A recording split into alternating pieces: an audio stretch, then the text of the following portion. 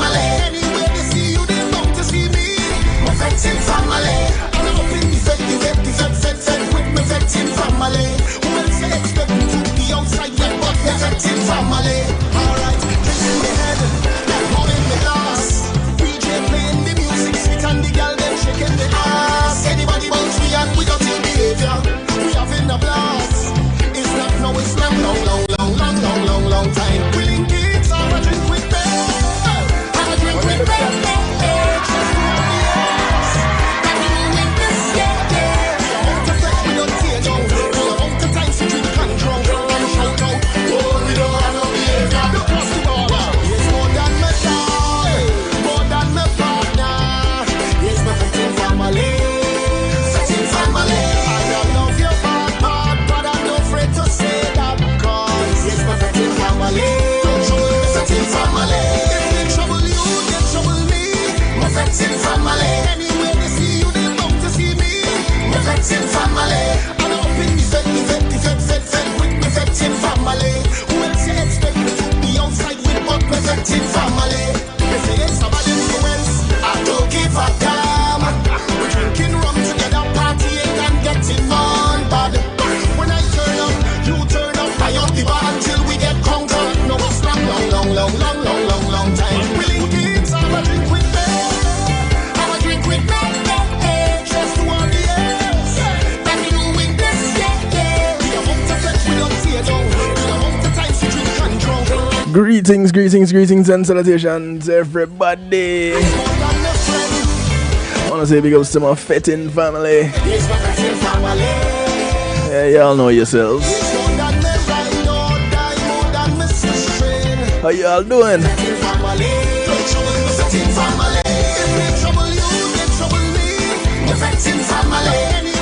If they trouble you, they trouble me, they know they trouble everybody. And they can't take us all on.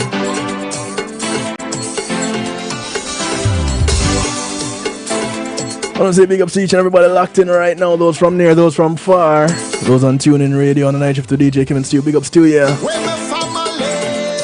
Blessings to those from across the pond. Top of the morning to you guys over there in the UK. One Harmony Radio. King Genius, Queen Genius, much love to you. I'm going to call out all my radio family. Blessings to those who are locked in on the Foundation Radio Network, ClintonLindsay.com. Veteran in the business, Mr. Lindsay. Much love every time, man. I'm gonna say blessings to those who are locked in out of New Jersey. Locked in on NIE Radio with my brother from another mother, the Motivator. Also to New Jersey, Mix102.com. Symbol putting in all that work. Of course, when you mention Mix102.com, you can't leave out your sister station in Jamaica, Earth 96 FM. Blessings to you. Locked in out to New York, exhibiting the power of music. You have Island Worldwide, China Nicole, Gary and the Jump Out production crew. Much love to you, and you.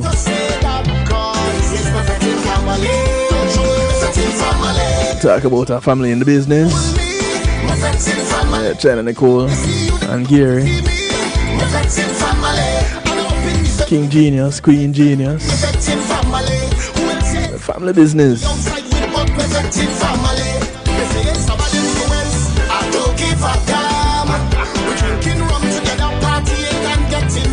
Charles Marshall kicking off things tonight. The track is called Fitting Family. And I want to take a moment and do some housekeeping. I see you rocking and coming, G Angel. Representing out of JA. I want to say thank you to my segment sponsors, Pulse Media Group and Being in a Moment is Priceless. Go ahead and give them a call. as they're in the winding up business. They have supported the night shift with DJ Kevin Stew over the past 15 years this year. They're closing down their doors and handing over some things to me, like the server that they host my website on. And by extension, I extend the invitation to you. So those of you that have websites out there, those of you looking to start websites, looking for somewhere to host it, the Policy Media server is where my website is hosted. Yours can be hosted there also. All you have to do is get in touch with me, Kevin Stew, 773-789-STEW. That's 773-789-7839.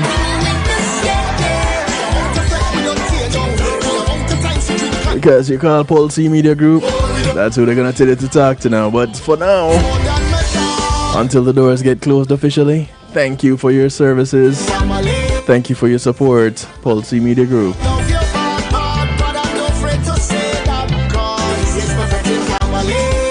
I want to say thank you to Althea and her Healing Heavenly Hands. Althea is a licensed massage therapist operating out of Broward County, North Miami-Dade and South Palm Beach counties. She comes to you, bringing her table, her oils, and over 20 years massage therapy experience.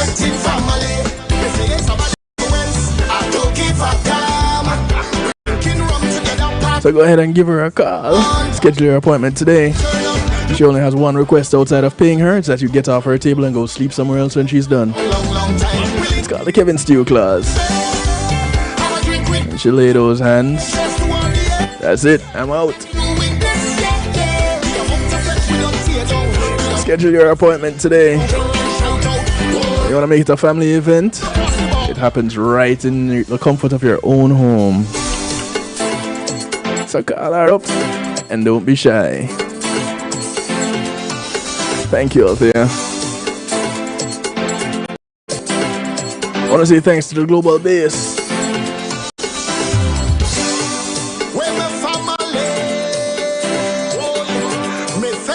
The Global Base navigates your journey across music, marketing, event marketing, and much, much more. It's a realm where social spheres awaken through their mastery. So go ahead and embrace the invitation to liberate your creativity, unbounded and free. Just like their consultation. Free!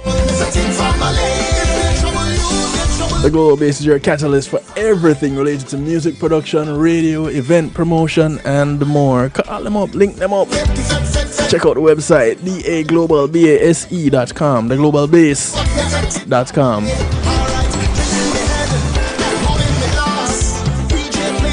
I want to say thank you to McNeil Trucking.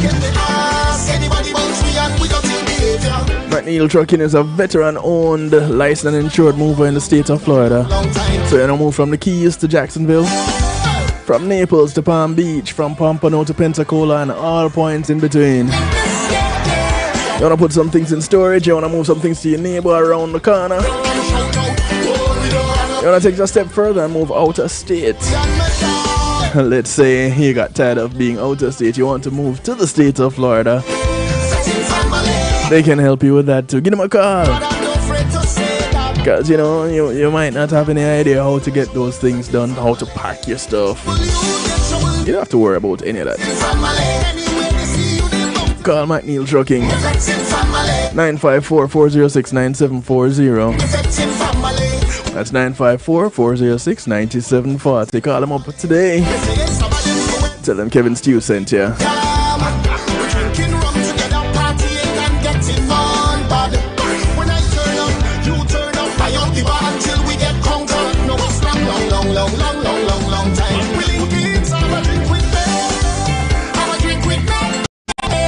I want to remind you, if you haven't done so yet, go ahead and order your audiobook, Empowered. You can order the hardcover too, if you feel like turning pages and you like the feel of a book in your hand. This is a good one for you. Empowered: Essential Concepts and Strategies Every Woman Should Know About Self-Defense. Authored by Jonathan Field. Narrated by yours truly, Kevin Stew. It's available on Audible. I learned a lot while I narrated this book. You learn a lot from listening to it. Don't let the title fool you. It's for male and females alike, old and young, because you're never too old to learn and you're never too young to learn.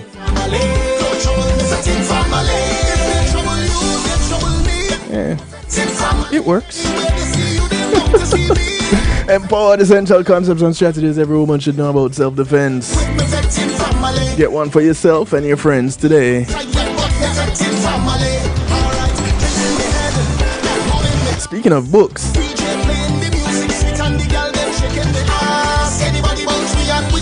I want to make special mention of this event coming up this Sunday. It happens down at 31 Lounge in Hollywood. It's called Books and Brunch.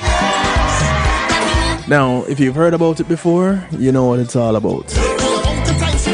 If you've never heard about it, I challenge you this very moment as we get started on this broadcast to go ahead and search Books and Brunch 31 Lounge. That's the only search criteria you need. And you will see things. You'll see a link to Lorinda Andujar. You'll follow her on social media. Don't be afraid. She accepts the invitation. But even more so, check out the event. It happens on Sunday, this coming Sunday, June 8th, from 1 p.m. to 5 p.m. 31 Lounge. The event is free. And an event of this quality, yeah, you should be paying something for it. But all you're gonna pay is a little bit of your time, and you won't be disappointed when you do it. Check it out, Books and Brunch.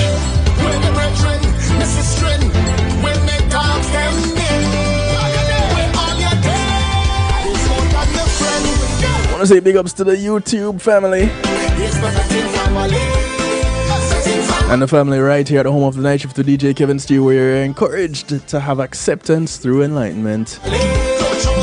Go ahead and call a friend, tell a friend, friends of your friends, friends of your enemies, enemies of your friends and your enemies too. Call up somebody, anybody, everybody, let them know. It's a night shift to DJ Kevin Stew happening right now. It's Community and Finance Night. And tonight, we're family oriented. Some nights we're family oriented, mommy and daddy level. And tonight it's the entire family at mommy and daddy level. What do I mean by that? Well, tonight we're talking about parenting with a purpose. And for those of you that have been a part of the Night Shift to DJ Kevin Stew family, you know a topic like this is something that would probably happen on a Wednesday when we do Real Talk, right? Well, yes and no. Because parenting with a purpose is not just an activity. It's not just a way of life. It's a little bit more than that. Tonight, it's a whole organization.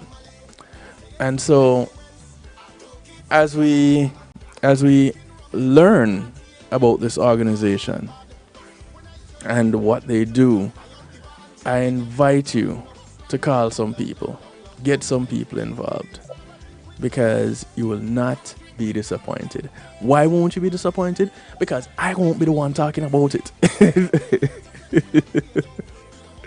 So with me tonight, I have a lady that I met recently, and we've had a little chat, literally a little chat. And so as we fade out Shal Marshall in the background, thank you, Shal. I want to waste no more time take up no more of your time and just jump right into this, because this whole parenting thing, sad to say, is one of the reasons why our communities, some of our communities, have gone left. It is also one of the reasons why we can probably say and proudly say that some of our communities have grown exponentially and positively. And so, with that, I introduce to the Night Shift family a brand new family member. And she really doesn't know it yet. But from this point on, she's no longer a stranger. Even more so, this is no longer my broadcast. It's really hers. I'm just facilitating it. So she didn't know that at all. And to prove it, I'll show you her face. There she is. No clue. Absolutely, positively no clue that this is her broadcast tonight. And so, ladies and gentlemen, I introduce to you Donna Janel. Good evening. Hello.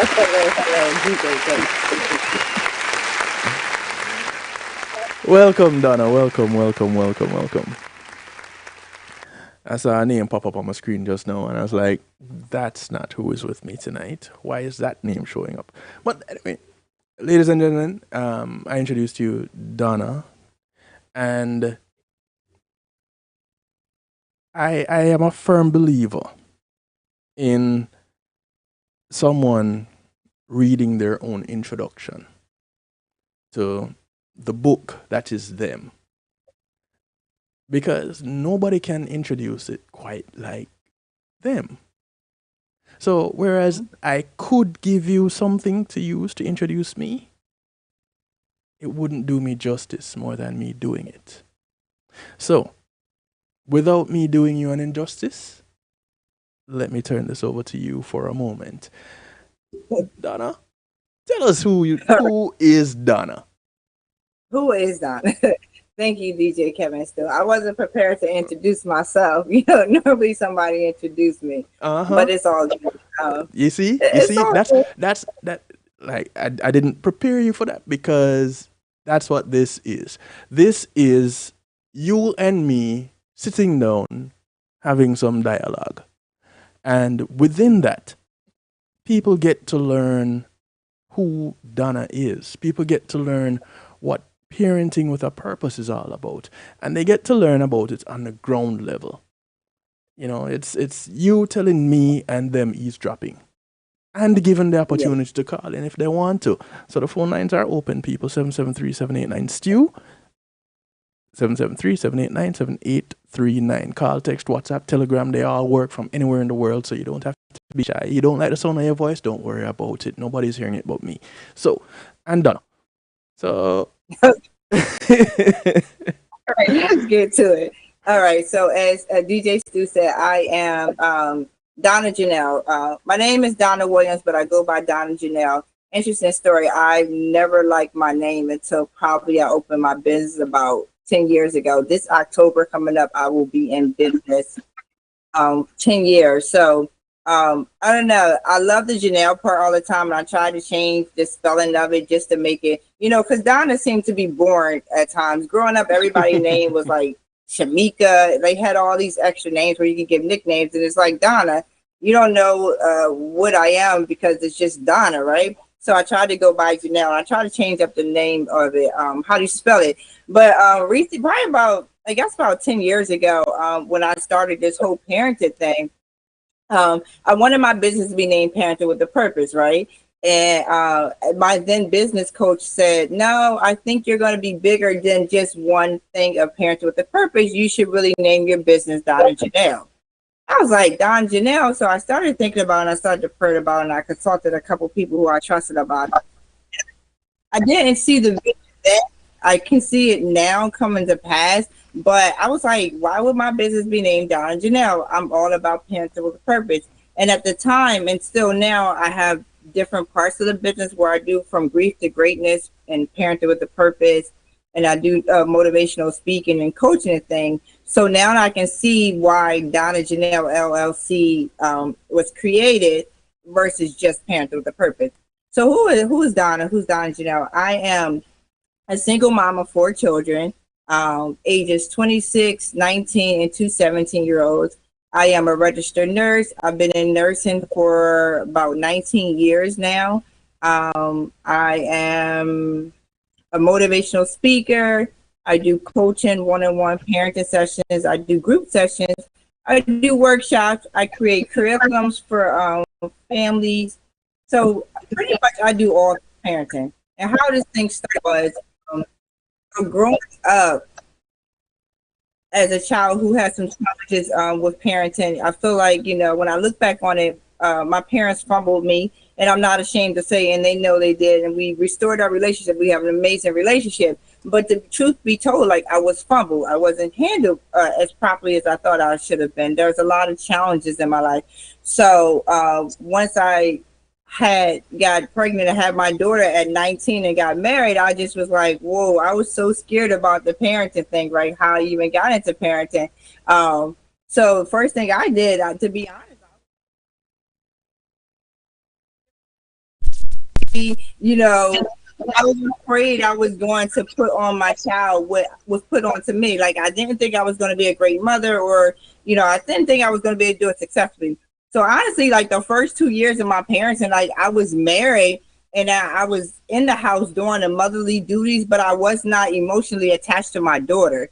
I was 19, just got married, and still didn't really know what life was, right? I got married because I got pregnant, and I was like, I'm going to keep this kid. And I didn't want my child to grow up without 2 parents in the household, like most people do. We don't want our kids to grow up without 2 parents in the household. So we then make ourselves the sacrifice, right? So I became the sacrifice so that my child didn't not grow up in a 2-parent household.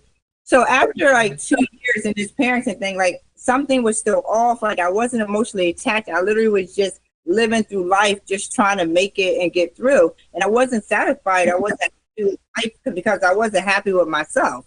So, you know, one of the things that I tell parents is like, you can't give what you don't have. No matter how much you try, like eventually that will die out. That battery will burn out because you don't have it. You're trying so hard to be something that's just not in you, instead of working on becoming a better you first. So a lot of times, you know, I used to have this thing where I used to say my kids are my heartbeats. And what made me change that is because I was like, what if something happens and I maybe no longer have my kids, or is my heart going to stop beating? Like, so I had changed that from my kids or my heartbeat, because I was like, even though I'm saying, but if something happens, I don't want to lose who I am because something happened to one of my children. So fast forward years, first 2 years, and I honestly became, because I didn't know what love was, because I didn't receive it, well, as I perceived it, I didn't receive it the way I needed to receive it growing up. Because love and pain was always in the same sentence for me. So with my daughter, once 2 years old, I met my sister, she's introduced me to an amazing couple who literally pretty much, I was married, had a kid, had a house, had started a career, and I still needed to be parenting at 21. So I met this amazing couples, the Walkers, who my sister introduced me to. And when they showed me love, they showed me the love of God. They showed me like real love is.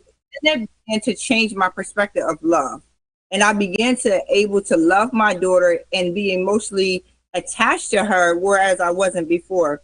So through the journey of parenting, I started to really show up in life for her. And in order to do that, I had to begin to like deal with my own wounds so that I didn't bleed on her. So as life went on, and I ended up having another child 9 years later, he was born, special needs. He was premature. He had all these different tubes in him, a feeding tube and stuff. And I just was like, okay, this parents in general is very interesting. Like, you just don't know what you're going to get, right? And fast forward, what made this whole business and Parenting with a Purpose organization was in 2012, my brother-in-law passed away, which was my sister's husband. And my brother-in-law was very close to me. I used to take him to work. I used to pick him up. He was like one of my best friends. And when he passed away, I saw a shift in my sister parenting. I saw grief to like one of the highest levels where she really couldn't parent the way that she really needed to, because one, she was hurt from all her life situations and circumstances, and then her husband passed away. So she really was like really stuck in a place where like sadness and darkness and grief. And as I tried to help her kind of get out of this space, she then 2 years after he transitioned with the Lord, she passed away. She passed away in front of me, right? So my sister had 5 children. The youngest 2 were by her husband when they were married for 7 years. So the youngest 2, and the crazy thing, DJ Stu, the day before my sister passed away, we had just went on a long car ride, just talking about life, right? We were just talking about life and experiences and things like that. And one of the things that she shared with me is that growing up, she was out on her own. She had had her first kid at 15. So she had already had her apartment and things like that. And my sister and I, my younger sister and I, had entered the foster care system. Mm-hmm. And my sister at 18 took both of us in. And it was, by 18, she had 2 kids. It was so hard for her to go to school, have her 2 kids, and take me and my younger sister in, right? So she did that for a couple of months, and it was just too hard. So she gave us back to the foster care system. So the day before she passed away, she shared with me how hurt she was, how she blamed herself for so many things that we went through in life because she couldn't take care of us. So we're talking about it, and I'm like, listen, none of this is your fault. You know, you were a kid yourself, mm-hmm. You know, just trying to understand that like life be life for everybody, right? Right. And you just do the best that you can. So not knowing, her and I had the conversation of, if anything ever happens to me, you take care of my kids. You take, specifically, she was talking about the younger kids because her other kids were older. And so the younger kids at that time was 6 and 8. Mm-hmm. And I said to her, you know, as a sister do, anything happen to me, take care of my kids. So we had that conversation. The next day, unbeknownst to me, she passed away in front of me. She just, her heart stopped and she transitioned with the Lord. And immediately I remember the conversation, and she wasn't sick or anything like that. She wasn't sick. Her heart stopped. I believe she died from heartbreak because she missed her husband so much. Like they were so attached, and she really was struggling the last few years. Yeah. And so immediately, you know, I knew that the children, with both parents being deceased, legally the state owns your children. Like that's who owns your children. Nobody has any rights to your children. So I immediately went down there and decided to, you know, make sure that the state, because I didn't want the children to go in foster care. I didn't want them to try to figure out who was going to take care of the children, since I already gave my sister my word. Right. So I began to start the process of just getting the children. And over time, you know, I kind of let them stay with their older sister during the summer, but then, you know, school started and I got. So how this parenting journey started is because I had said to God, I don't know why you're giving me these 2 children. I honestly said that. I said, listen, I'm broken and you want me to take care of broken kids. Like, I was like, are you kidding me? Like, you're giving me, now at this time, I've already had separated from my now ex-husband. I had already separated a couple years, and it's just me and parenting my 2 children. So in less than 24 hours, I became a single mom of 4 children. Now, nobody signs up for that, DJ Still. Nobody signs up to be a single parent of 4 children, right? Nope. Not in this world. Like, I mean, just trying to afford it itself is, you know, a lot. So one thing that God shared with me, though, is that who told you were broken? I said, you know, and I'm like, and why are you calling these children broken? Because I was talking out of my pain. I thought that I was broken because everything that I went through in life. And I still was trying to put, you know how Humpty Dumpty sat on the wall, had a great fall, and all the king's men tried to put them back together. And I was literally trying to put pieces of my life back together again. Right. And so I perceived myself as broken. And then these children, I'm like, they don't have any parents. Like, they're broken too. But God showed me that we weren't broken. We may have been bruised, but we weren't broken. We may be bent, we may be stretched, but we're not broken. So once he gave me that insight about, like, we're not broken, and he told me something big is going to come out of this. I didn't know anything about what that meant. I just know that I now have 4 kids, and 2 kids, their parents passed away. And what really got me into this parent thing is that because they wanted to die, they were 6 and 8, and they wanted to die with their parents. They felt that their life was over. They felt that because their parents wasn't here anymore, that there's no more life. What is their purpose? So I literally had to get myself together and figure out what my purpose was so that I can then teach them how God is going to use their story for something great. Now, prior to that, I was kind of just walking through this life, just, you know, being a nurse and serving in the community and serving in church, but I didn't really think that the whole parenting thing was my thing. I didn't even really want to be around kids for years until I started hanging out with kids a little more and became a pediatric nurse. So I wanted to like, yo, give them kids to somebody else. I don't want to damage them because I knew that I still was damaged. I still was hurt, and I really did not want to bleed on them. But I'm just healing myself and just understanding who I am and my purpose, that helped me then become a better parent. Because, you know, my theme is like, you can't give what you don't have. And no matter how much you try, if you don't have it, you don't have it. Now, the good thing about not having is that you can get it, right? You can get it. Like, it's not over. But a lot of times we are parenting out of pain. We're parenting out of fear. We're parenting out of just life and the turmoil of life. And we put that on our children, not intentionally, but not unintentionally, we do it. And until we can heal ourselves, we're going to keep bleeding on our children. And you said something important that I heard when you had the intro about, I believe the same thing, is that the community will be healed through parenting.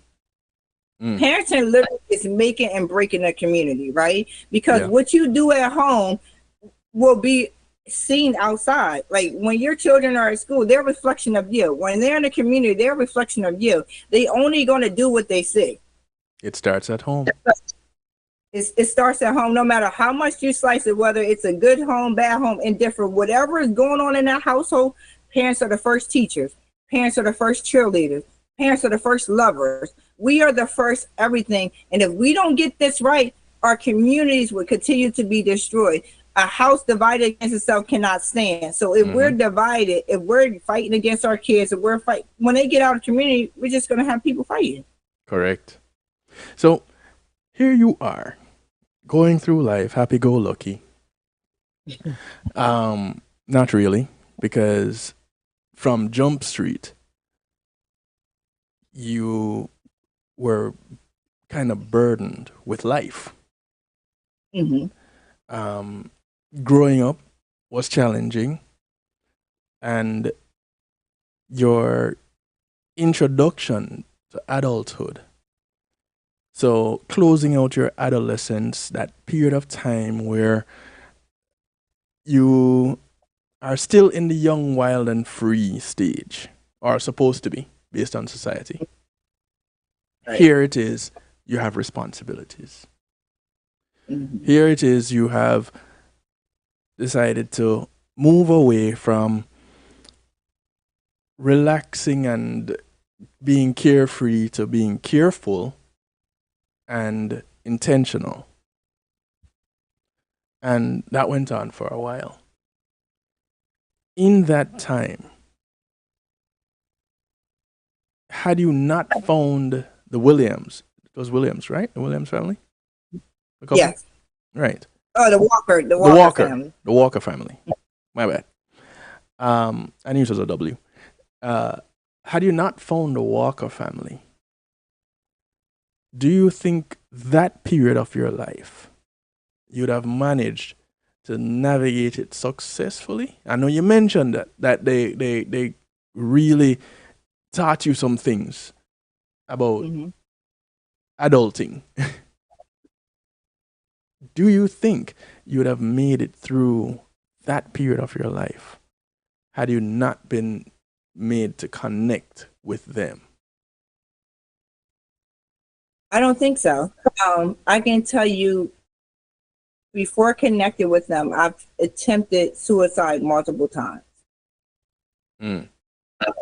So once I connected with them, I saw the purpose in life. Prior to that, even being married, having a kid, just going through life, like I was so miserable. I didn't want to be here. So I already was trying to take myself out.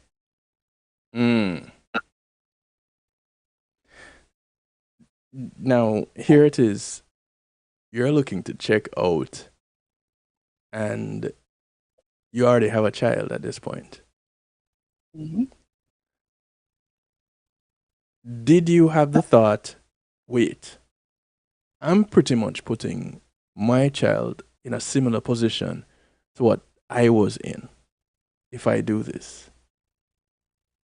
Or was it No, something else that got you to move away from that thought?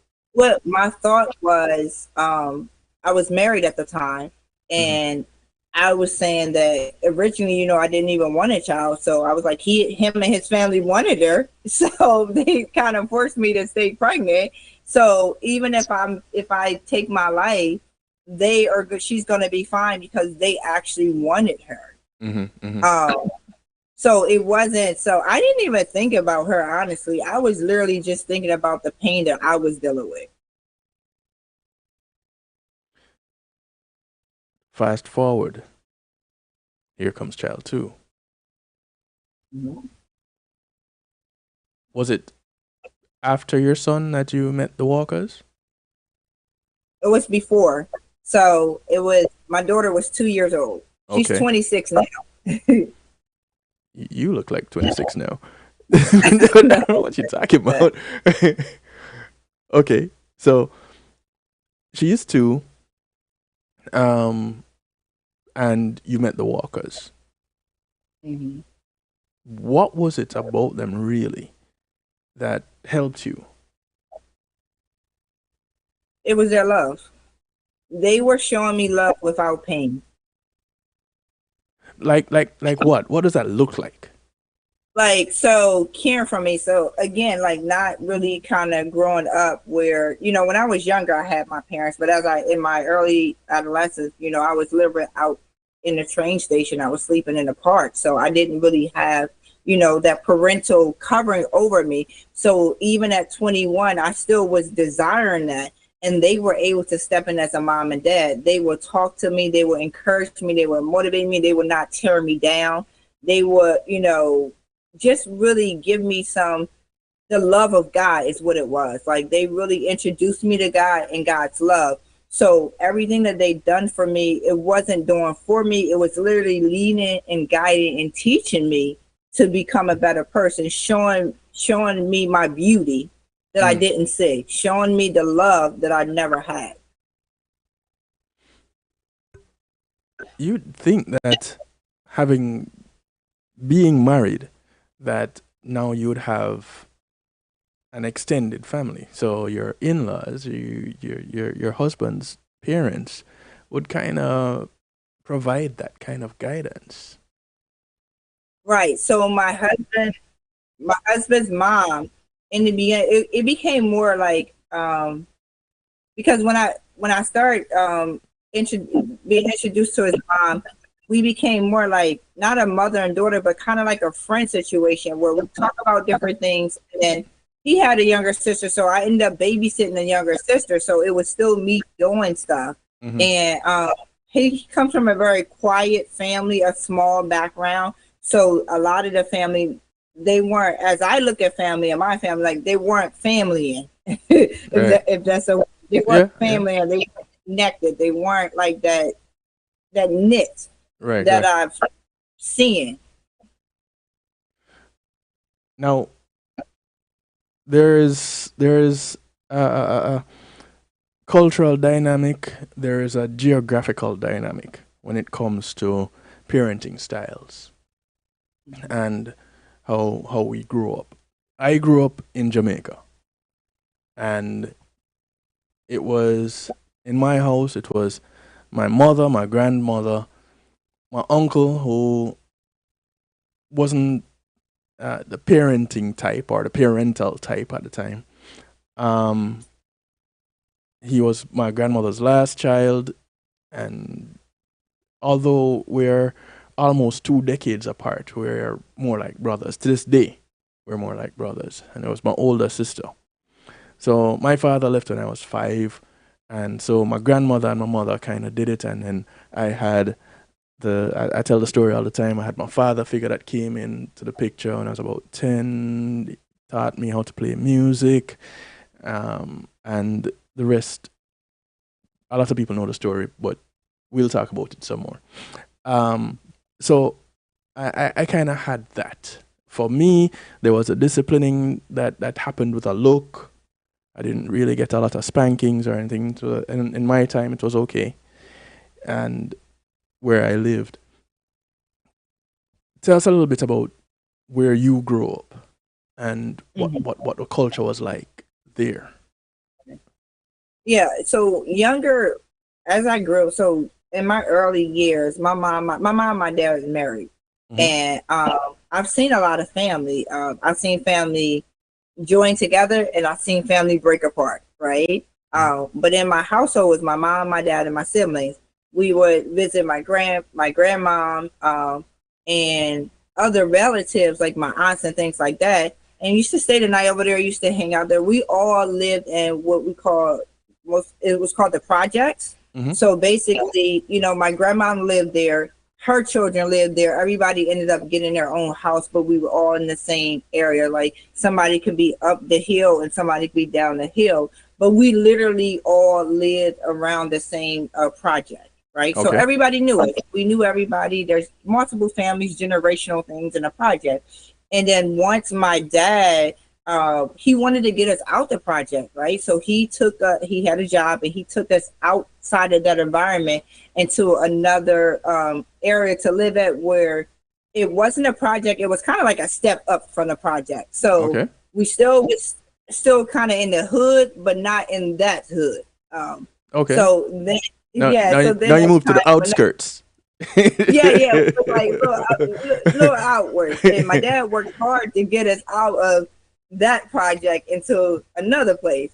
But my parents, you know, there was some domestic stuff. There were some things going on where my dad ended up leaving us, and he moved away, and we didn't see my dad. Like once in a while we would see him, and then he moved out of state. Actually, he moved out state to New Jersey, and I just didn't see him for years. And really didn't communicate with him for years. So then my mom, you know, being a single mom and dealing with whatever stuff she was dealing with in life, you know, however she best thought that she needed to deal with it, just got into a lot of things, and there was some abuse and things like that. So that's how we ended up shifting from, you know, being with her into my sister, and then even my father's uncle ended up taking us in as well. So there were some things going on, and then that's how we ended up I ended up growing up. But I was the type person that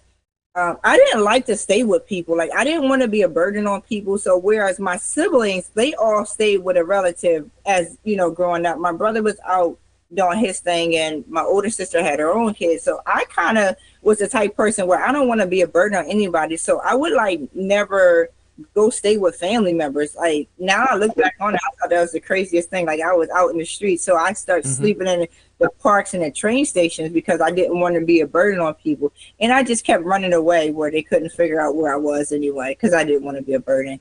So I would say in the beginning of my childhood, I saw just amazing things going on. I saw my dad go, you know, he was a cook. He would take us to the restaurant where he cooked at.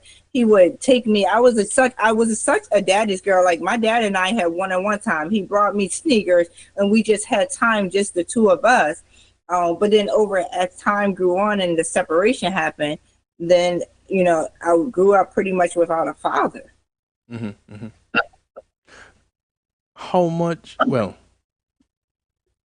with you not wanting to be a burden on anyone, and when you said you were sleeping in parks and at the train station and stuff, I was wondering, okay, what was it that could have led you to that? And most times you'd have heard the story of some type of abuse. In your situation, it is that you just didn't want to be a burden to anybody.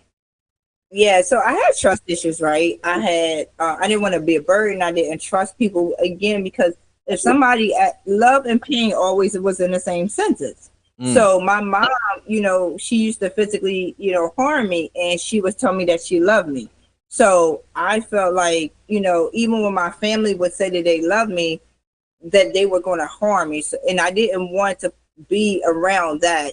And I also knew that my aunts and them, they had their own children and they were in a project too. And then they kind of moved out of the project to another area that wasn't a project, but still was hood. Mm-hmm. So I felt like they had their own kids. Why should I be a burden to them for them to try to make it? I was always, now that I think back on it, I always was considering other people and didn't want to put myself in a situation where one may potentially put me out and because they can't take it anymore. It's funny. That's running away is the kind of thing that would make them put you out because they can't take it anymore. Yeah.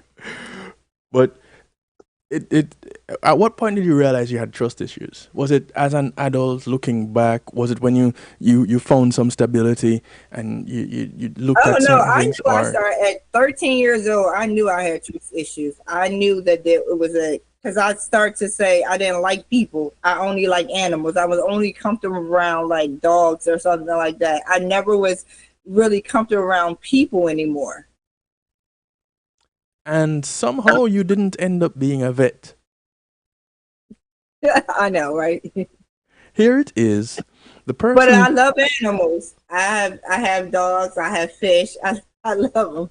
yeah, but here it is. The person who wasn't interested in, who didn't like people, Mm-hmm. ended up having a career where taking care of the most vulnerable of people, well, one of the Mm-hmm. most vulnerable sets of people, children, Mm-hmm. is your what would be considered your 9 to 5, and your passion is helping people on a whole, because where you recognized your calling is an area that is the foundation of any successful community.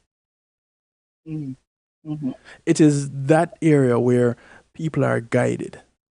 So here you have your guidance counselors that people look at and they think guidance counselors, they think parental role. Here's someone that will nurture me. Here's someone that will take care of me. Here's someone that will listen to me. This is what everybody wants in a parent. Someone that will love them unconditionally and help them to realize their best selves. And this is the passion of someone who realized they didn't like people. I know. I joke about it. One of the things that one of the Walkers, his name is Delandra Walker, Pastor Delandra Walker, and I call him my bonus dad. One of the Mhm. things that he showed me is that how God can take our greatest pain and turn it into our greatest victory. The Mm. things that we go through, has a purpose and has a story. So one of the things, apparently when I was really young though, I wanted to be a pediatrician. I Okay. wanted to be a pediatrician and I wanted to take care of kids until life was life and for me at such a young age where I was violated and I was abused. So then I wanted nothing to do with children because I was afraid that I was going to harm them. Mm. Okay.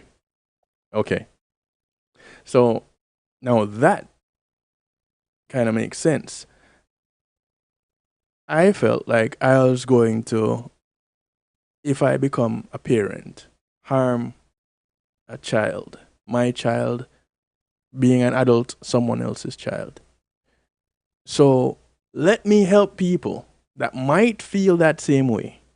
One, Mm. or two, that might have children that feel that same way. Or three, just know of other people that feel the same way. To be able to change a mindset. Now I'm putting the pieces together. Okay. Because, sometimes we hear a story. I Mm. got into this because, and And that's all it is. But now we get to put the pieces together. We see the breaking, correction, the bending, the stretching, the displacing, not the breaking. Because then we see the realization that here it is. I have been pushed to a point, but I've never been pushed over it. As far as I went, here is my story. Here is who I am. Here is who you can be also. Because you name it, you think you're going through it, I'm right there with you. And if you're talking to me about helping you, then you have to at some point in time trust my journey. Wow. When did you start trusting your journey? To be honest, I think I started trusting my journey about 2020. Okay, COVID time. Let's go. So, what did COVID bring for you? You know, like Santa brings things for people. What did COVID bring for you?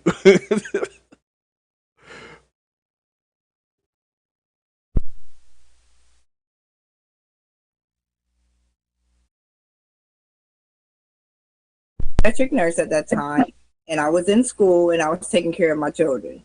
And I knew that morning that it was a death anniversary, and I knew that the girls usually towards the end of the year they kind of start feeling away. So when I got off of work 6 o'clock that morning from working overnight, got off of work 6 o'clock that morning, came home, just trying to make sure that the kids, I cooked breakfast, trying to make sure that the kids started to have a good day because I knew that they were missing their parent, particularly my sister, because it was the 6th year of her passing. Okay. And at the time, my second to the oldest, which is her daughter, started to like spaz out and start having all these issues, like these emotional issues. And I it kind of led up a week before that. And I was like, yo, I'm about to pack her stuff. I don't know what's going on. She got to go somewhere because she was like driving me crazy. But I also was sensitive to know and compassionate to know that what she was dealing with. So I know I wasn't going to take her anywhere. But she was dealing with a lot of mental health issues regarding that. And that day she kind of spazzed out on me. So I stayed up trying to keep her calm and just trying to, life was make it a little bit better that day. So mind you, I got off of work 6 o'clock that morning. So I was awake all night at work. Right. So I never went to sleep. And then, so she kind of spazzed out. I calmed her down and I had like this massive headache. Like this headache was a headache I never had before. Like I felt like my brain was shaking in my skull. And I said, I just need to lay down. My children, the younger ones, wanted to go to a Black Lives Matter march, which was in our town.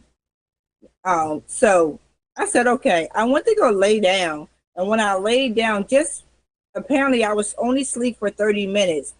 My younger sister called me and off of the app where you FaceTime people. So right. I picked it up with my right hand. This is the story they're telling me. I picked it up with my right hand. And when she saw me, immediately she saw my face in a palsy state. So she called, she got my children to call 911. So that day, the 6th anniversary of my sister, I had 3 strokes. What? Yeah, I had one in my sleep, one in the ER, and one in a CAT scan. So that day had changed my life significantly. I was paralyzed completely on my left side, wasn't speaking well, couldn't swallow. So here it is, my sister's 6 years passing away, her death anniversary.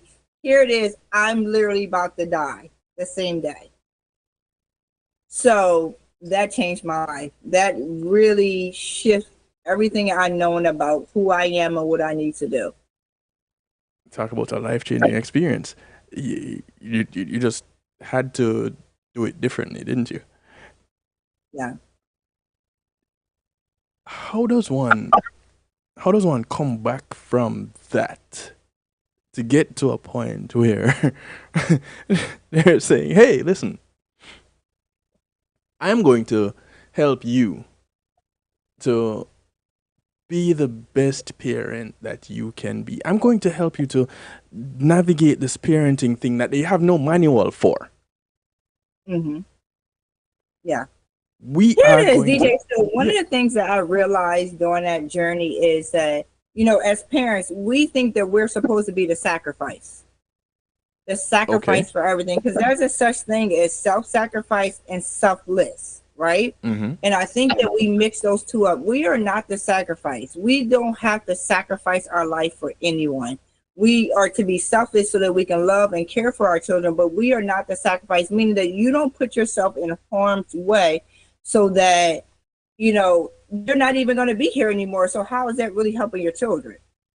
So I realized that I was literally taking care of everybody. I was working, I was going to school, I was being there for my kids, I was being there for my parents, I was being there for my siblings, I was being there for my community, I was serving in my church. I was doing everything and nothing for myself. Mm-hmm. So when that happened, that God has a way of sitting you down. Like you think that you're running the ship and you serve and you doing all this. He has a way of saying, nope, not right now. Right. So I sat down and realized, I literally I couldn't do anything for myself. And I've never been in a position where I couldn't do anything for myself. Because not that I guess when I was really young, but since I've known myself at 12, 13 years old out here in the streets by myself, I always made things happen for myself. So I've never kind of after that been in a position of dependent on anybody for my next moves. I couldn't move. I couldn't even clean myself. So that was a very humbling experience, but it also showed me that I'm not the sacrifice. Another thing in parenting, DJ, so I'm going to say this because I know you're scratching your head because we didn't know we was going to go there. But one of the things that the doctor said to me when I was in the hospital, he said, how do you think that you're supposed to give this love, this time, this care to everyone else and give nothing to yourself? That's kind of where I was going because I've said this time and time and time again. As a matter of fact, I'm waiting for somebody to make the t-shirt for me. You can't give from an empty cup. Mm-hmm. Yeah. And people mistake your selfishness for being self-centeredness. Mm-hmm. Understand this. And it's the only analogy that I can use that everybody can get a grasp of. Even if you've never been on a plane, you know the instructions that are given. And one of them, when they're going through the safety drill, when that mask falls from the ceiling, put yours on first. Yeah. The only way you can help someone is if you're in a position to give help. If you're passed out, there's nothing you can do. Nothing. And so some of us would push ourselves, feeling that this is the way to help. If you're going to be helping all the time and not helping yourself, you'll find out quickly that you're the one that needs help. Mm-hmm. And so here it is. Now you have you thinking that you're on top of your game. No, miss. Not at all. Here's a twist in your story. When you put all this together and you apply this to parenting with a purpose, how does one reaching out to you and making that initial connection, how do you determine which angle it is that you're taking, what it is that you're working? Because it can't be a one size fits all right approach absolutely that not. you use. So how do you determine how it is you're going to navigate this journey that you're going to embark on together Mm-hmm. for that individual reaching out to you? Right. So initially, what I do is I do an assessment, right? So Mm-hmm. I ask questions, kind of get a feel of their parenting, how they were parented, right? And what their goals are in parenting. That's how I do it. So I do an assessment and I listen more than I speak. I listen to what they're saying and what they're not saying, right? Mm-hmm. Mm-hmm. And then I address that from there. And then I ask them, I'm always asking parents, what is your goal in parenting? What is your definition of parenting? What do you think your role is? And how do you see your role in the future? So I bring all that information together and then I come up with a plan. And there are individual plans. When I do a group session, that's, we're taking different topics and we're talking about as a group. But most of the time, honestly, when I do a group session, I end up having one-on-one sessions with each person at a later date because they start to realize some things that we talk about in the group that they really want that personal one assessment. And then, parents just really want to be the best parents they can be. And they really just need the tools to be able to do that. And sometimes parents don't recognize that, and I never say, there's good parents and bad parents. We all parent differently. So what is it? How is it for you in your household, your community, your culture? How do you see your parenting going? And what can I do to help? I like that you say you, in your assessment, figure out how it was that they were parented and what their goal is. Because outside of those that actually plan to have children, when the children come along, it's kind of like, okay, so I didn't quite expect that. I knew this could be the result of that fun time, but I wasn't really expecting that. And so it wasn't in the realm of my plans. Right. So, okay, where do we go from here? The people that have been coming to you, is this generally what where their starting point is?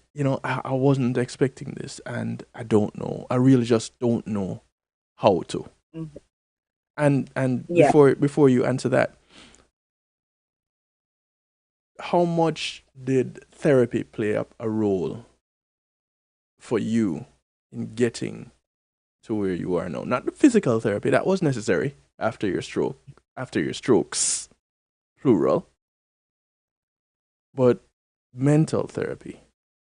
hmm How much of a role did that play for you? So if you could just take those on All for right.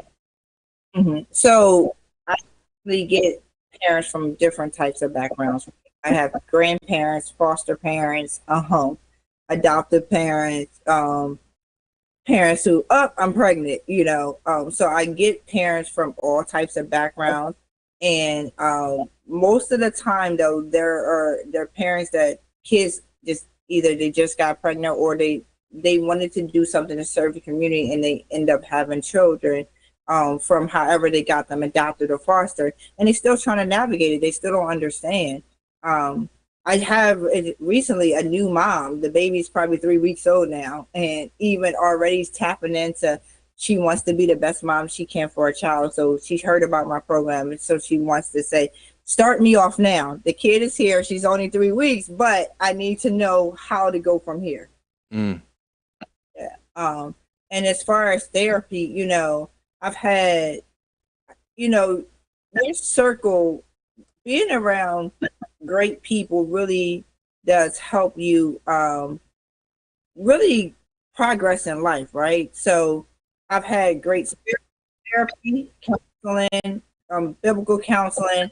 I've had a psychologist, and really it helped me get down to me, who I am, understanding me. A lot of us parents don't even understand ourselves, and then we try to understand our children, but you can't really do that if you can't navigate through yourself. So really understanding who I am and what do I have to offer was one of the biggest changes in my life as well. And I did that through biblical counseling as well as a psychologist, just getting down to the different strategies and techniques and really trying to process life.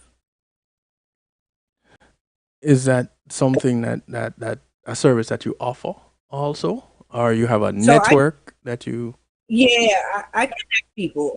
So I'm kind of like the bridge. So I do the parenting coaching, right? I hope Mhm. you get to the next point. But if you need like psychological coaching or even I do spiritual coaching because I'm a minister as well. So I kind of do that.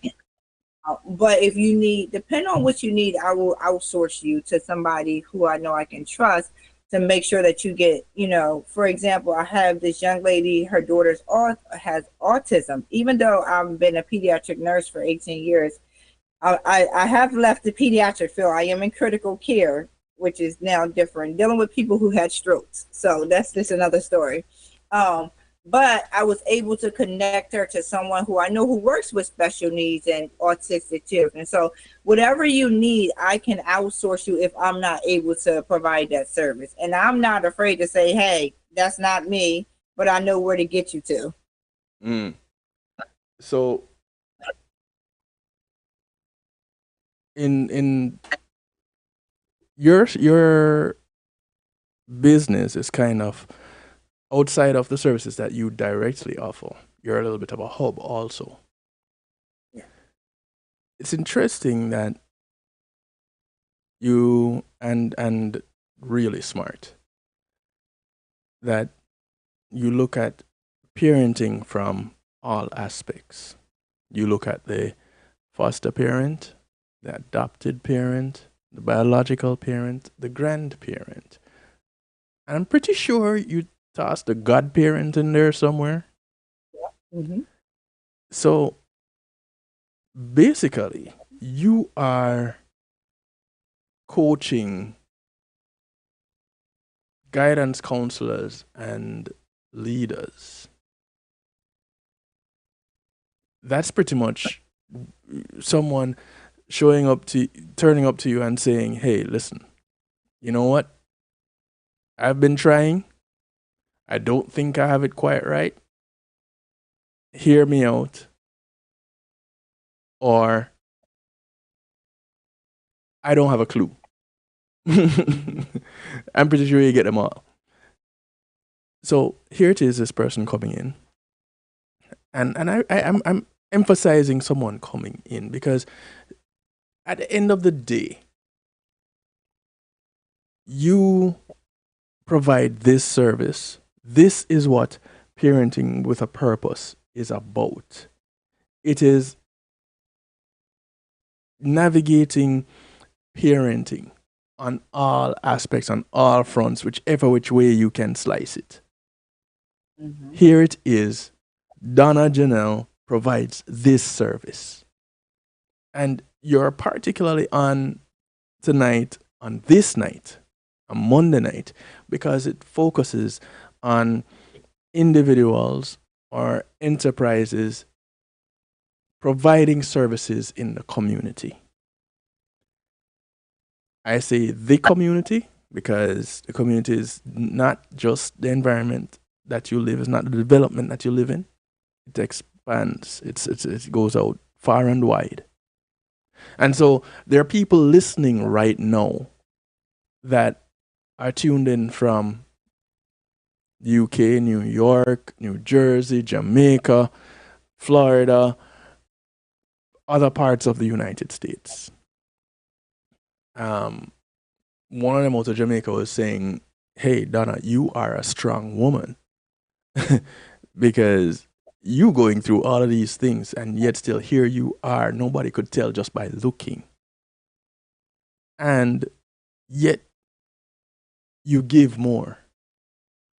Pediatric nurse transition to critical care nurse, also looking about the needs of the community at the family level, which I think is I don't know why it is that you would choose that. You could have chosen any other level, but the family level, you have a special kind of anointing, and I have worked in a community center. I have worked with the children after school program, and so for those hours that I have those children, I get to give them back. So I do my little bit of molding. I give back here. They're yours again. Take them and go with grace. Hey. And I have children of my own, which I impart my little bit of knowledge and experience, and of course, they're all teenagers, so they feel like they know it. Mhm. And for me, my approach is, all right, let's see what you know. I'm going to let you stumble. You may fall, but I'm right there. Mhm. I will help you up. I will point out that obstacle in your way, but you have to navigate it. Mhm. As you guide parents, and I'm using parents um in a global way right now, because like it or not, if you have given birth or you have contributed to the birth, you're given the title parent. But then there are the others. And so every Mother's Day, every Father's Day, the others are also recognized along with. So broadly speaking, parent, any adult, anybody who has the opportunity to give some kind of guidance and insight into young minds, you're parenting. What is the rate of return in that you have individuals that have come through your program that Mhm. have said, Donna, you have helped me so much. I have seen where you have helped me, and it has helped my children, my child, my whomever. I want to help you to do what you're doing.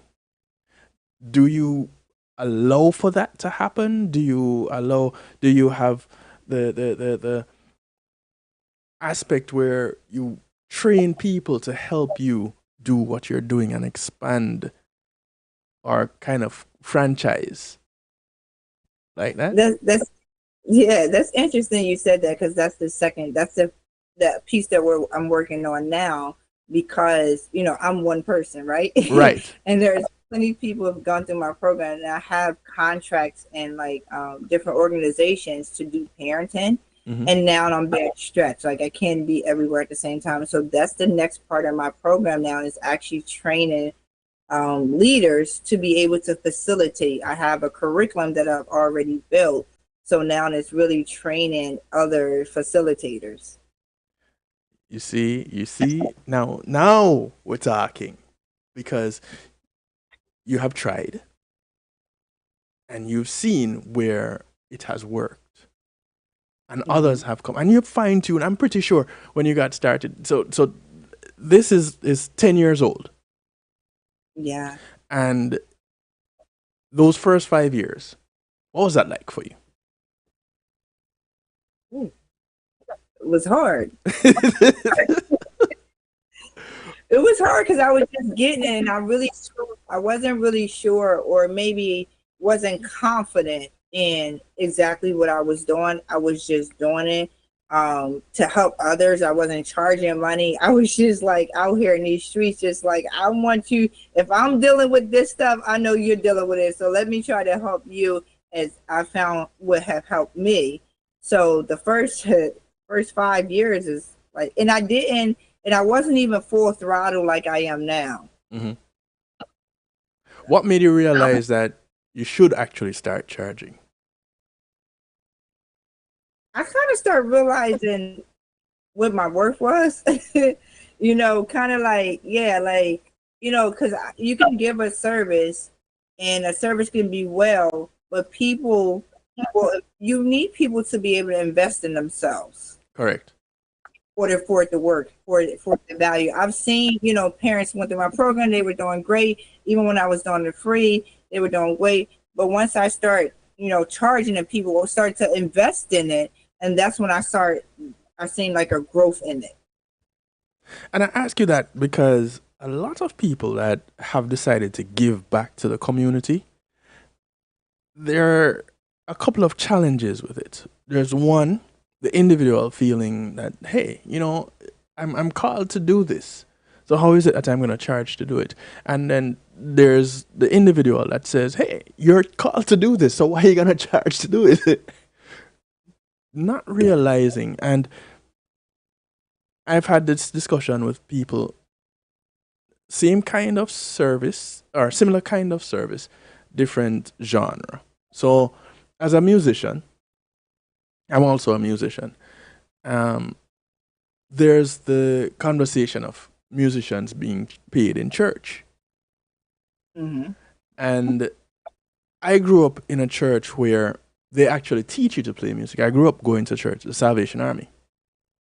And so I was taught music. And the level that I was taught music at, people would pay money to go to school to learn that. Mm-hmm. And so music in that church, depending on where you went as you got into adulthood, you could actually work for the Salvation Army in the music department. And so there's a kind of an unlisted program, if you want to put it that way. And so then you have other churches and other people that have gone to school to learn to play music and to learn to be musicians. And so the discussion is, why, if you're providing the service and you're called to provide the service, that you need to charge for it? Hey, listen, this is my take. You can tell me if you agree. Well, you said you saw the value, and so I guess you agree. When you realize, this is for everybody listening now, when you realize that the blood, sweat, and tears that you have put into becoming who you are, getting to the level that you're at to provide a service, there's a value. Now, how you translate that value to a dollar, to a monetary amount, well, that depends on other things. Now you're getting into business. And so each and every person listening right now that has been giving back to a community, understand this. And I'm not saying that you are going to go get rich off of this, but understand this. Know this for a fact. You need to allow, just like Janelle said, just like Donna said, you need to allow people to invest in themselves. When they're coming to you for a service that you know they're going to walk away from after they've received it being better, whether they're better at writing, better at speaking, better at parenting, better at whatever, they should be giving you something for your time. If nothing else, your time. My younger son, when he heard the phrase, time is money, he asked the question, okay, so how many cents in a minute? He was about 5, 6. And that stuck with me because I had never in my life thought of asking that question. And I've never heard anybody else ask it. I just understood that, okay, time is money. And it meant, chop, chop, let's get to it for me. But when he asked the question, it started meaning something else. To this day, I still have difficulty charging people to provide a service. Somebody might want to set up their podcast. Somebody might want to. You want my services? You're going to go through these people. Call these people, let them arrange it. They'll tell you. and these people have no problem saying, okay, his fee is. So I just show up and do my job. You know, another thing that helped me, DJ Stu, is that I heard Tony Roberts. Yeah, I love motivational speakers, and I heard him say that when he first started, he wasn't really charging people, right? Until one day he was in California, he went to the soup kitchen, and the soup kitchen was only there open once a week, and there were so many people, like they ran out of food to supply the people. And he asked the person who was running the soup kitchen, he said to him, what would it take for this to be open more, like more days? What would it be open, expanded? And he told him how much money it would take for the soup kitchen to be open daily. So at that time, he wasn't charging much for his motivational speaking, and sometimes he wasn't charging at all. But because he knew the purpose that he wanted, he knew that he can serve a greater, broader span of people if he started charging for his services that he was offering people. So he did it with a purpose. Like he really, and that's what I took on for parenting, is that the money that I get, it helps other people, right? Right. So if I'm not charging, I'm literally just pulling out of my bank, out of my personal account to be able to serve. But when I charge people, I can serve a greater multitude. Right. And it's important that people hear that from those providing services. You are providing this service to the community, and yes, you're going to charge for it. But here's why. Because if you were getting rich off of this, you would not be going to a 9-to-5. Right. People ask me when I do my broadcast, Kevin, so how do you make money off of this? I said, I don't. I give people the opportunity to advertise with me. I'm not forcing anybody to do it. I give the opportunity to advertise with me. I give the opportunity to sponsor a segment. I give the opportunity. You take it as you see fit. It won't change anything that I am doing. Now, the money comes in when you like what I do and you ask me to come to where you are doing something for me to do something there. You're going to pay for that. Right. I show up, you're paying me to show up. And it is not me being cocky or anything like that. It is me recognizing my worth. Yeah. How much of recognizing self and value of self and self-worth do you place in parenting with a purpose? Because how do you, so I think about this often. Again, the whole thing, you can't give what you don't have, right? Yeah. Because if we're training our children, parents are the bows and our children are arrows, and they will land wherever we aim them. So if the bow isn't strong, how can the arrow land where it needs to go? Got you. If I'm teaching, parents are leaders, right? So if I'm teaching my children how to be a leader as well. So if I don't know my worth or my value, how am I teaching my children their worth and their value? Whatever you teach, like when you give, you give. So when you realize it yourself, then you give it to your children. And then they'll give it to their children and their children and their children. And it becomes a generational thing. So basically, it's at the core of what you do. Yes. So how then do people get involved? How do people connect with parenting with a purpose in order to recreate what it is that you have packaged in order to build their community better? How do people connect?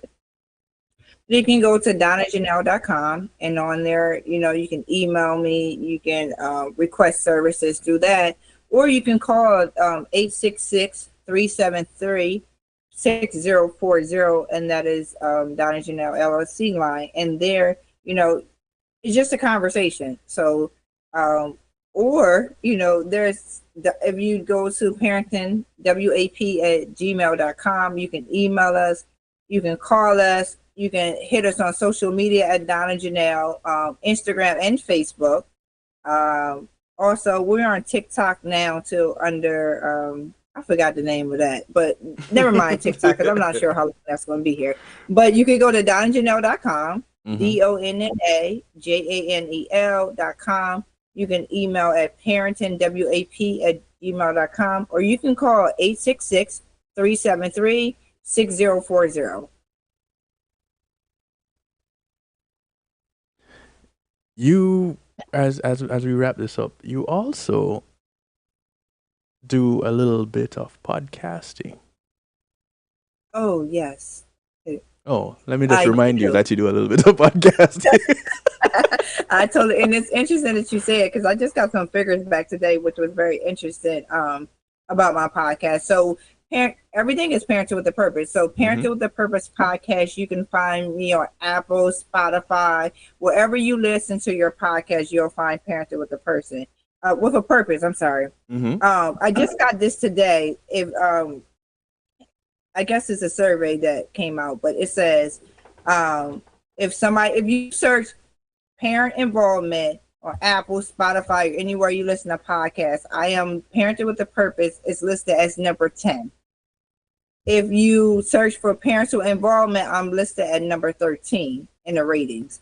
And if you're looking for social change, if you type in social change in your podcast, I am number 15. So Parenting with a Purpose is hitting the radio stations all over. So whatever you're dealing with, all things parenting, again, the social challenges, there's parenting involvement, there's whatever you think about parenting. So we are now number 10 when you find us on any podcast platform. Nice. And you can find us anywhere you listen to podcasts. That's what's up. That is what's up. And you see, again, this is the result of putting in the work. When you started out, did you think you would have gotten to this place? Was it even a goal of yours? I didn't even know anything about a podcast. I didn't think about a podcast. I just really was helping people until a radio. Somebody approached me from a radio station. I was doing a workshop, and I was speaking at a workshop and teaching parents. And he said, "You ever think about doing a podcast? Because I think that you can serve the community better, and you can help other people because what you have to offer." And I was like, "A podcast? I don't know what you're talking about." So we're about to enter our 4th season of the podcast. Nice. I didn't know it was there. Listen, there's no turning back once you get into this. And like I said, this here has been going on. This year makes 15 years. Oh, wow. And when I started doing this, it wasn't yet a thing. I have always done audio visual. Always. It wasn't as big a thing as it is today when I started doing it. And so I like to pat myself on the back and say, hey, you're one of the pioneers in this thing, although you didn't go about it from the monetary side, or else you'd be a millionaire today. But I digress. Missed out on that one, but I'm a millionaire in other ways because there are people out there that have gotten quality programming from individuals like you joining me to give of your time and of yourself and to say, yes, I have this service that you're going to have to pay me to receive. However, it is not because it is my end goal to get rich off of you. Mm-hmm. Yeah. And so I have been blessed enough to be connected with quality individuals and organizations like Parenting with a Purpose and Donna Janel, Lorinda Andujar, and Consul General to the Southern United States of Jamaica. Consul General for Jamaica to the Southern United States, which CG, forgive me. Titles, mean nothing unless the individual can transcend words. And so I've had people that go beyond what titles represent. And you, Donna, have far surpassed the title of individual trainer, guide, counselor, pastor. You've transcended, or minister. So there's a slight difference. You've transcended those titles. You've shown that you're a survivor. You've shown that you're a guide. You've shown that you're selfless. Fortunately for us, it wasn't to your demise. And we've seen where you could have. And so you've shown where you're resilient. And for all these things, I'm sure everyone who's listening right now thanks you. And we encourage what you do.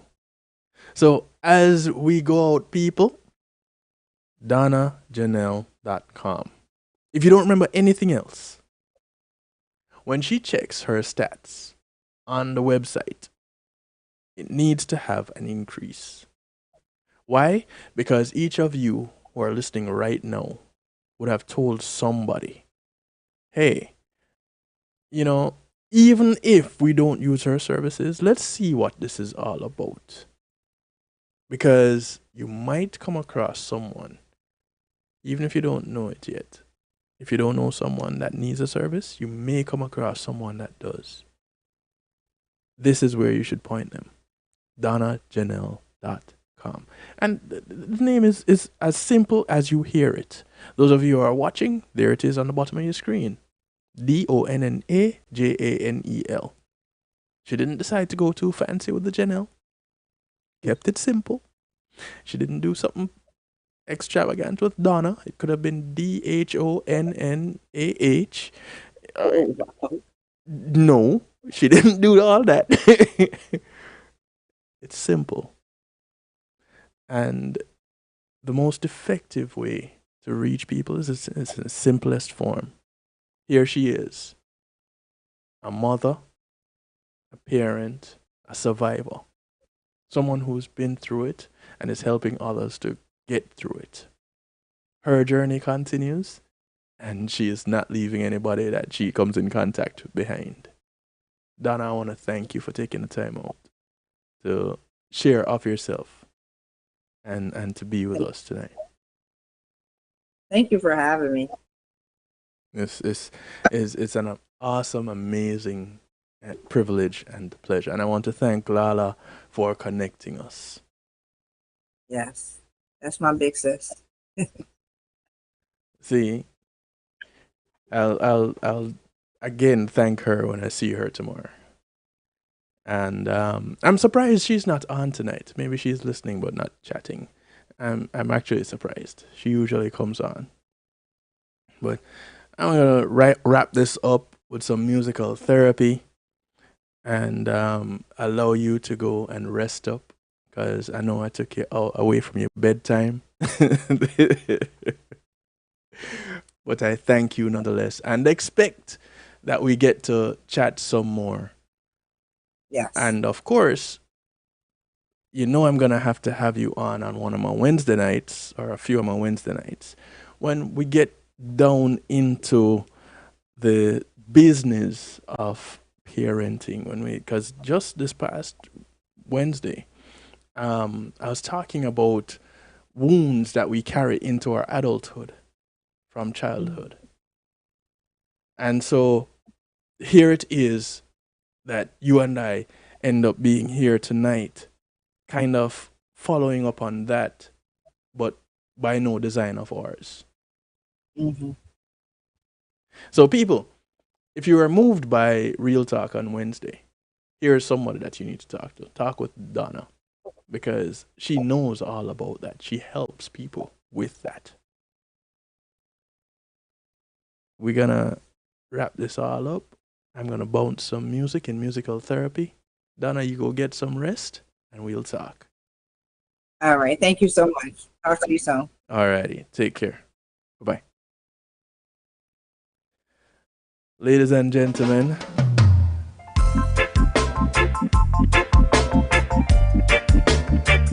music from G. Cole.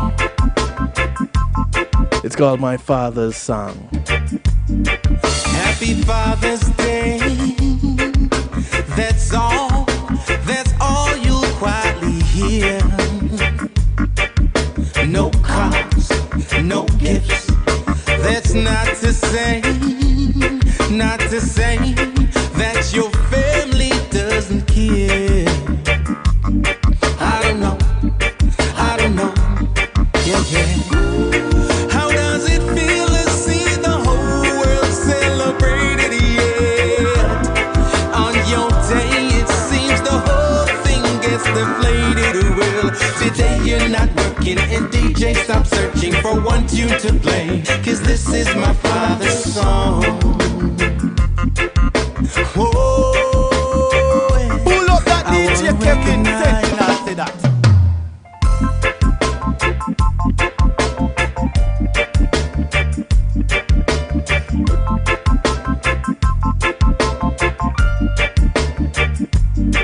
Happy Father's Day. That's all you'll quietly hear. No cards, no gifts.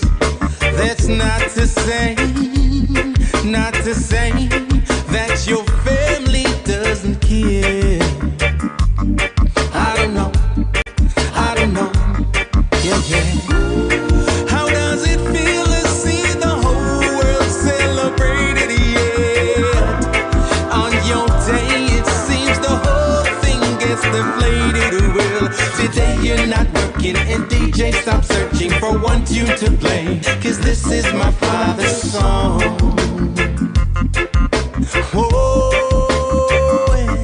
I wanna recognize, I hope you realize there's no way that I would be half the person I am without you. No. See, I'm a mama's boy, and the sweetest joy is my mama's voice, but she can't teach me to be a man. And that's all you, and I thank you. You spent all your life in that serving role. No thank yous and no daddy's home. How does it feel to see the whole world celebrated yet? On your day it seems the whole thing gets deflated. Well, today you're not working and DJ stop searching for one tune to play, 'cause this is my father's song.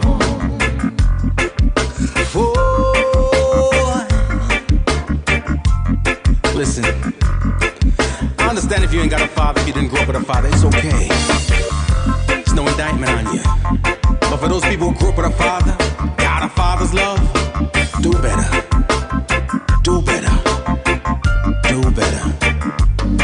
So put your wallet down, this round's on me, let's celebrate like it's Mother's Day, and anything you want, just let me know. Just let me know. In every room we're gonna break, we're buying things we couldn't cake, and from this day on, that's how we're gonna roll. That's how we'll roll.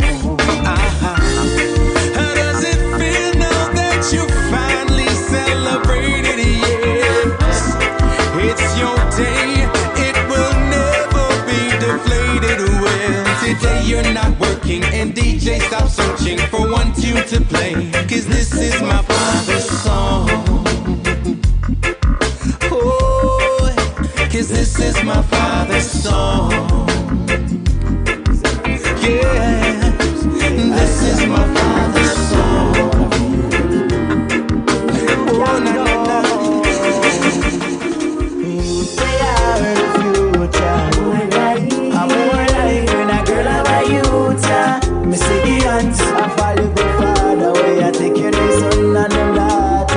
This is the sound of Jadan. Title is Youths, They Are the Future.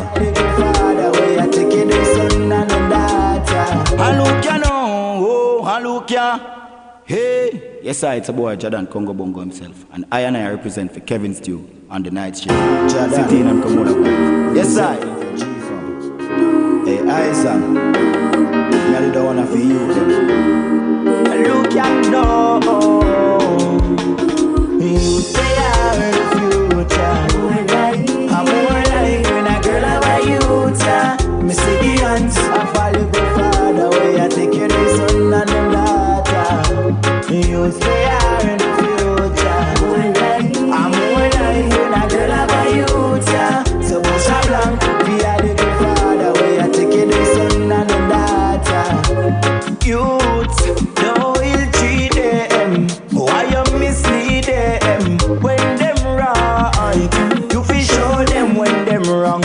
You fi tell them. Set a foundation for the youth them stand. Before them learn I say the youth them turn.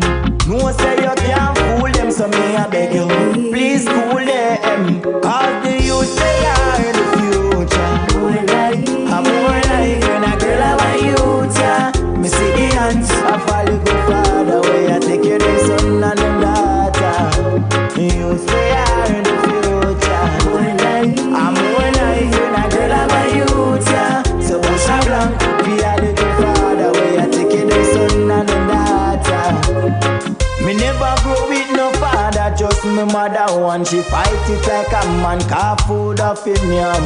She never give up on me, no, she never give up on me. Mommy, me know you try your best, that's why me I go do the rest. All the struggle and the pain, can't wait till the day me tell you don't work again. You say I'm the future. I'm more like when a girl of a youth. Me see the hands, I follow the father. Way I take you the son and the daughter. You say I'm the future. I'm more like when a girl of a youth. So push a blank, be a little father. Way I take you the son and the daughter. Youths, don't ill treat them. Why you mislead them when them right? You fi show them when them wrong. You fi tell them. Set a foundation for the youth them stand. Before them learn so the youth them turn. No say you can't fool them. No, no. Me a beg you school them. You say I'm the future. I'm more like when a girl of a youth. Me see the hands, I follow the father. Way I take you the son and the daughter. You say I'm the future. Lala, I knew you were out there somewhere.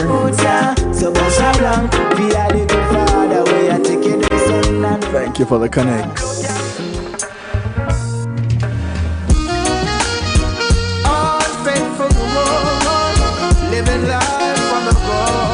This is the sound of your mystic. A track called She Belongs to the Streets. The lies you said, none of us said mine. It makes more sense she back and gone. Cause we know, yes, I'm sure she knows. She knows, 'cause everybody knows. So by now we know, she belongs to the streets. Yes, I'm sure she knows. 'Cause everybody knows. So by now we know, she belongs to the streets. You claim you love it but you lie, taking it on for a ride, living your life so fly.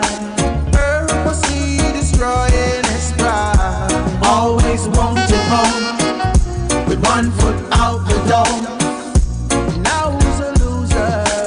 Losing the love forever. Be careful of them she devil. Unspoken evil, swearing on the Bible.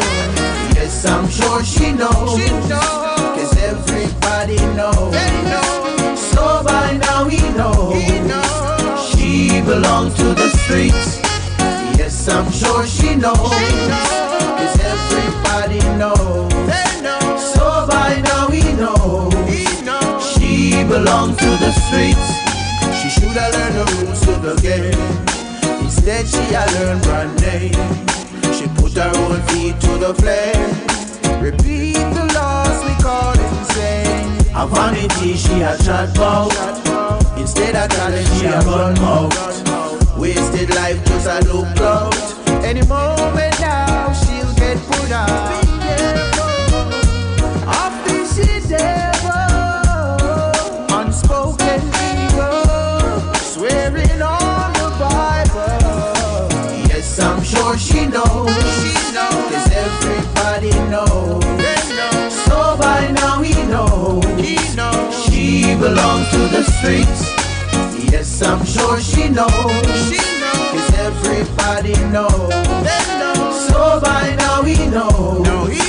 She belongs to the streets. Girl, you don't ever know the trouble I've seen. No. You know what I need. You don't know where I've been.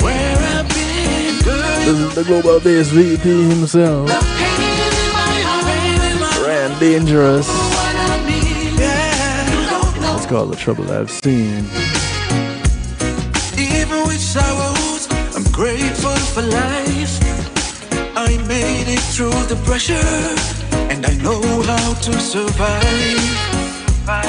All along, I gave you the best of me. My character's tested today, and my conscience free. In the darkness, I found the strength for life. I've seen the light of day.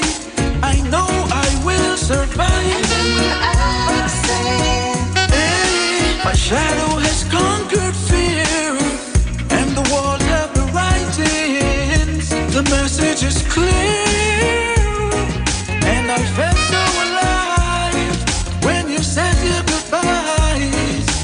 You don't wanna live a lie, don't wanna live a lie. So you don't really care no more. You never cared.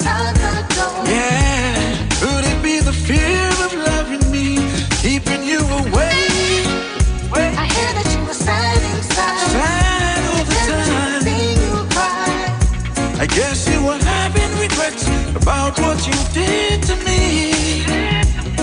But it's a shame how you have wasted my time. We can't get it back, whether it's yours or mine. Girl, you don't ever know. You don't ever know the trouble I see. Yeah. Do you know what I need? Do you know? You don't know where I've been. Where? Girl, you don't ever feel. Girl, you don't ever the feel. Pain in my heart. Do you know what I need? You don't know where I've been. Where I've been. It's all of me. I found my strength for life. Seeing the light of day. I know I will survive. While you were gone, my shadow has conquered fear, and I've seen the horizon. The message is clear, and you gave me new life when you said your goodbyes. You don't wanna live a lie, don't wanna live a lie. So you don't really care no more. You never cared. Yeah, could it be the fear of loving me, making you stay away? I hear that you were sad inside. So sad, so sad. The thing you cried. And now you have all the regrets about what you did to me. But it's a shame how you have wasted my time. We can't get it back, whether it's yours or mine. Sometimes crying. Said you even think of dying. But before you do anything rash, check this. Everybody plays the fool. Sometimes there's no exception to the rule. True words, true words, true words. Maybe factual, maybe cruel. Yes, massive. This is Ed Robinson. And for true, True. You're listening to Kevin Stew. Falling in love is such an easy thing to do. There's no guarantee that the one you love is gonna love you. Music from Ed Robinson. Oh, loving eyes they cannot see. His rendition of Everybody Plays the Fool. Never be. Love runs deeper than any ocean. Clouds your mind with emotion. Everybody plays just the fool sometimes. No exception to the rule. Listen, baby, maybe factual, maybe cruel, but I ain't lying. Everybody plays just the fool. We all play the fool sometimes, yeah. How can you help it when the music starts to play and your ability to reason is swept away? Oh, heaven and earth is all you see. You're out of touch with reality. Now you cry, but when you do, next time around someone cries for you. Yeah, everybody plays the fool sometimes. No exception to the rule. Listen, baby, maybe factual, maybe cruel, but I ain't lying. Everybody plays the fool. Sometimes we all do play the fool, yeah. Play the fool, yeah. Oh, we all do play. We play the fool, yeah. Fool sometimes. We all do play the fool sometimes. How can you help it when the music starts to play and your ability to reason is swept away, yeah. Heaven and earth is all you see. You're out of touch with reality, and now you cry when you do. Next time around, someone cries for you. Yeah, everybody plays the fool sometimes. No exception to the rule. Let me say it one more time. Maybe factual, maybe cruel, and I'm not lying, no. Everybody plays the fool. You like the sun above, you like the birds in the sky, singing a love song. This is Joanna Marie, and it's all about DJ Kevin Stew on the night shift. You feel for some stew? Check out Kevin Stew. And you're everything I wanted a man to be. Don't go away, don't go away. I hope we'll never part, 'cause you take my love. Don't go away, don't go away. 'Cause you take my love.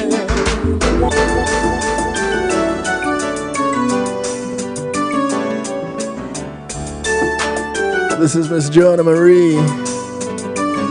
Track called Don't Go Away. Like the sun above, you like the birds in the sky. From the album Simply Irresistible. You're like the music, and I'm playing a sweet melody. And you're everything I wanted a man to be. Don't go away, don't go away. I hope we'll never part, 'cause you take my love. Don't go away, don't go away. 'Cause you take my love away. Unfortunately, I've got to go away at this point in time, but we get to do it all again, okay?